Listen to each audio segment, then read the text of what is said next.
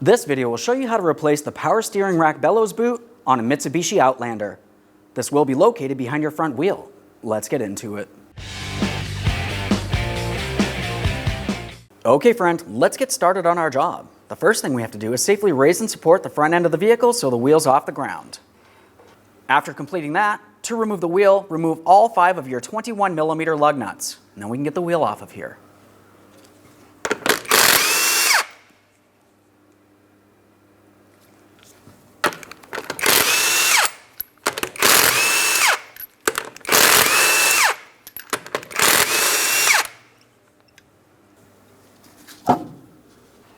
Now that we have a wheel off, we can move in towards the tie rods. Just keep in mind we will need to have a 4-wheel alignment when we're done.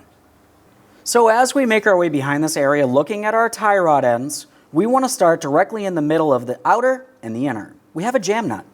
We're using a 22mm to break this jam nut free. To loosen this, we're actually turning it clockwise, bringing it away from our outer tie rod end.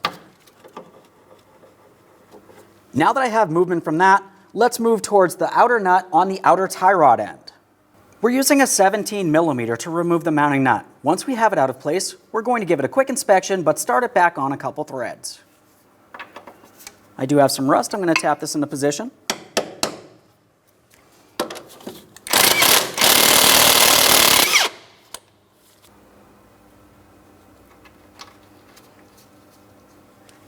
Now continuing on, we're going to be separating the outer tie rod end from the steering knuckle. I have this nut in place because I don't want the tie rod end to fall down and potentially hurt me. I'm going to be using some penetrant. Now if you have a tie rod end removal tool, you can use that.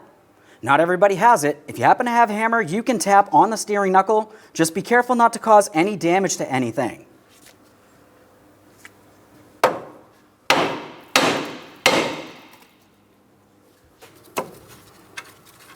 Once that's separated, go ahead and dislodge it from the steering knuckle. Now we're going to start removing the outer tie rod end. As we remove this, turning it counterclockwise, we're counting the amount of turns it takes to remove it. 1, 2, and so on.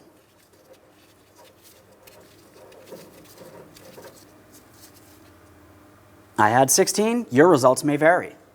Now we can start removing the jam nut from the inner tie rod end. When you go to turn this, you may find the entire inner tie rod end spins on you. You can hold it in place using some locking pliers.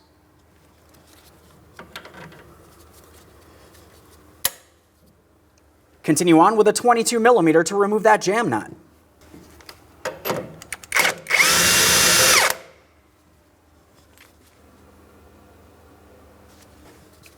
Remove your locking pliers. Let's follow the inner tie rod end in towards the bellows boot. In this area, you're going to find that you have a squeezable clamp. I'm going to be using some long nose pliers. We'll grab onto that, slide it right off of there.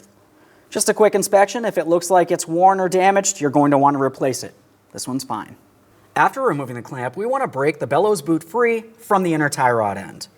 For this, I'm just using a small pick and I have a tiny bit of lubricant on it. I'm being aware and careful not to cause any damage. We just want to break this free.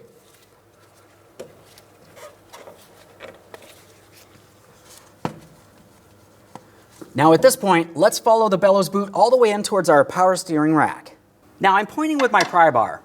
If you were to look deep inside this area, you can see that we have a single time use clamp. It has a small ear. I'm using my pry bar and a hammer and I'm going to tap on it, breaking it free. We'll dispose of that clamp properly.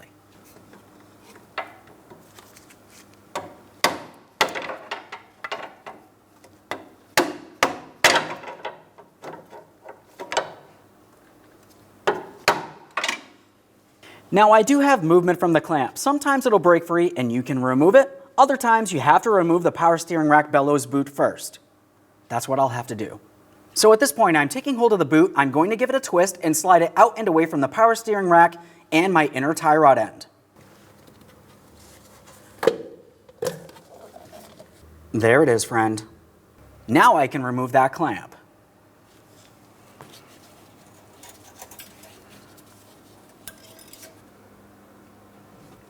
Before we install our bellows boot, let's have a look at the inner tie rod end. We're looking for this small groove that you can see on the shaft. We need to apply lubricant here. I just have a gloved finger, a little bit of lubricant. This is going to help the alignment professional in the end. Let's get ready to install our power steering rack bellows boot. During the removal process, you remember that the larger diameter port on the rack had a single time use clamp. I'm going to be using a wire tie. I already have this formed in a circle. I'm going to go ahead and bring this down. I want to leave it loose so I can slide it over the power steering rack. Nice and loose. Now we can slide the bellows boot over the inner tie rod end towards the power steering rack. Slide it all the way down.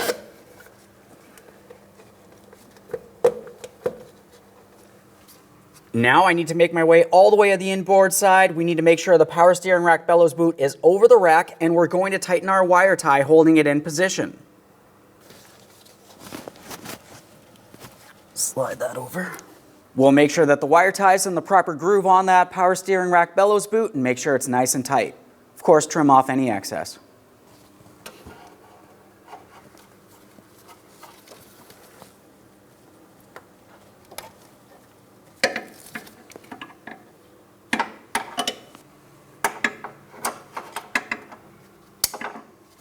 Take hold of the bellows boot, attempt to slide it off of the power steering rack. It should not slide out of place.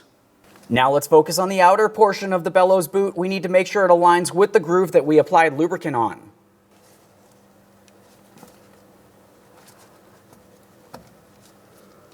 I have a wire tie for this as well.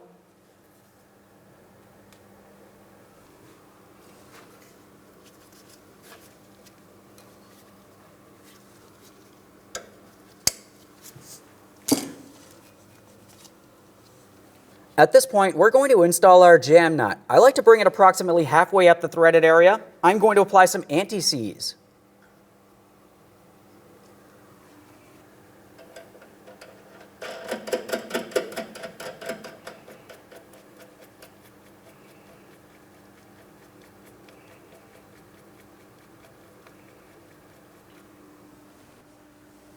Let's apply some anti-seize on this portion of the threaded area of the inner tie rod end.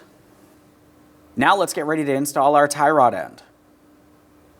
Now when we go to install the outer tie rod end, we need to make sure we turn it in the same amount of turns it took to remove it originally. My count was 16. 1, 2, and so on.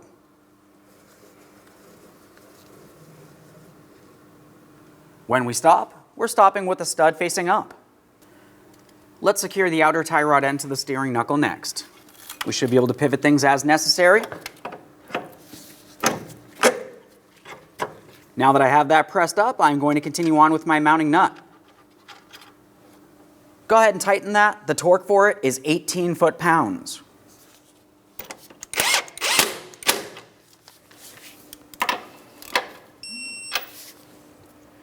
Double check to make sure that's secured in place. We'll continue on to our jam nut next. Now, as far as the jam nut, we need to make sure we bring this all the way up against the outer tie rod end and make sure it's tight. Now, when we tighten the jam nut, I'm going to be using a 21mm wrench to hold my outer tie rod end still. And now my 22 for the jam nut. We're turning it counterclockwise until it's completely bottomed out. Double check to confirm the outer tie rod end is level to the ground. Now one last quick inspection in this area and we can reinstall our front wheel.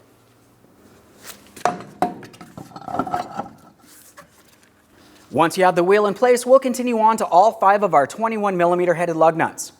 We're going to start them on. We'll bottom them out in a crisscross manner. We'll get the wheel back on the ground and torque them to 80 foot-pounds.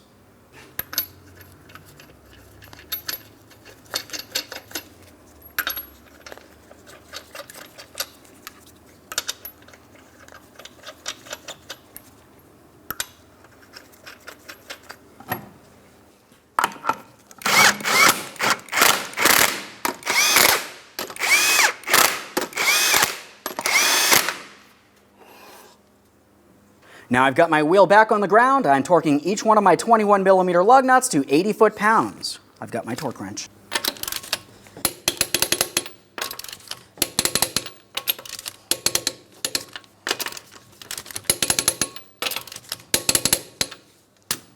Torqued.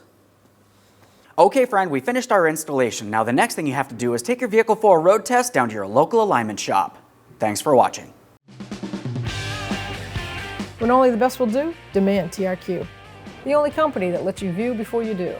TRQ is committed to offering the highest quality aftermarket auto parts that are engineered for peace of mind. Thanks for using and viewing with TRQ.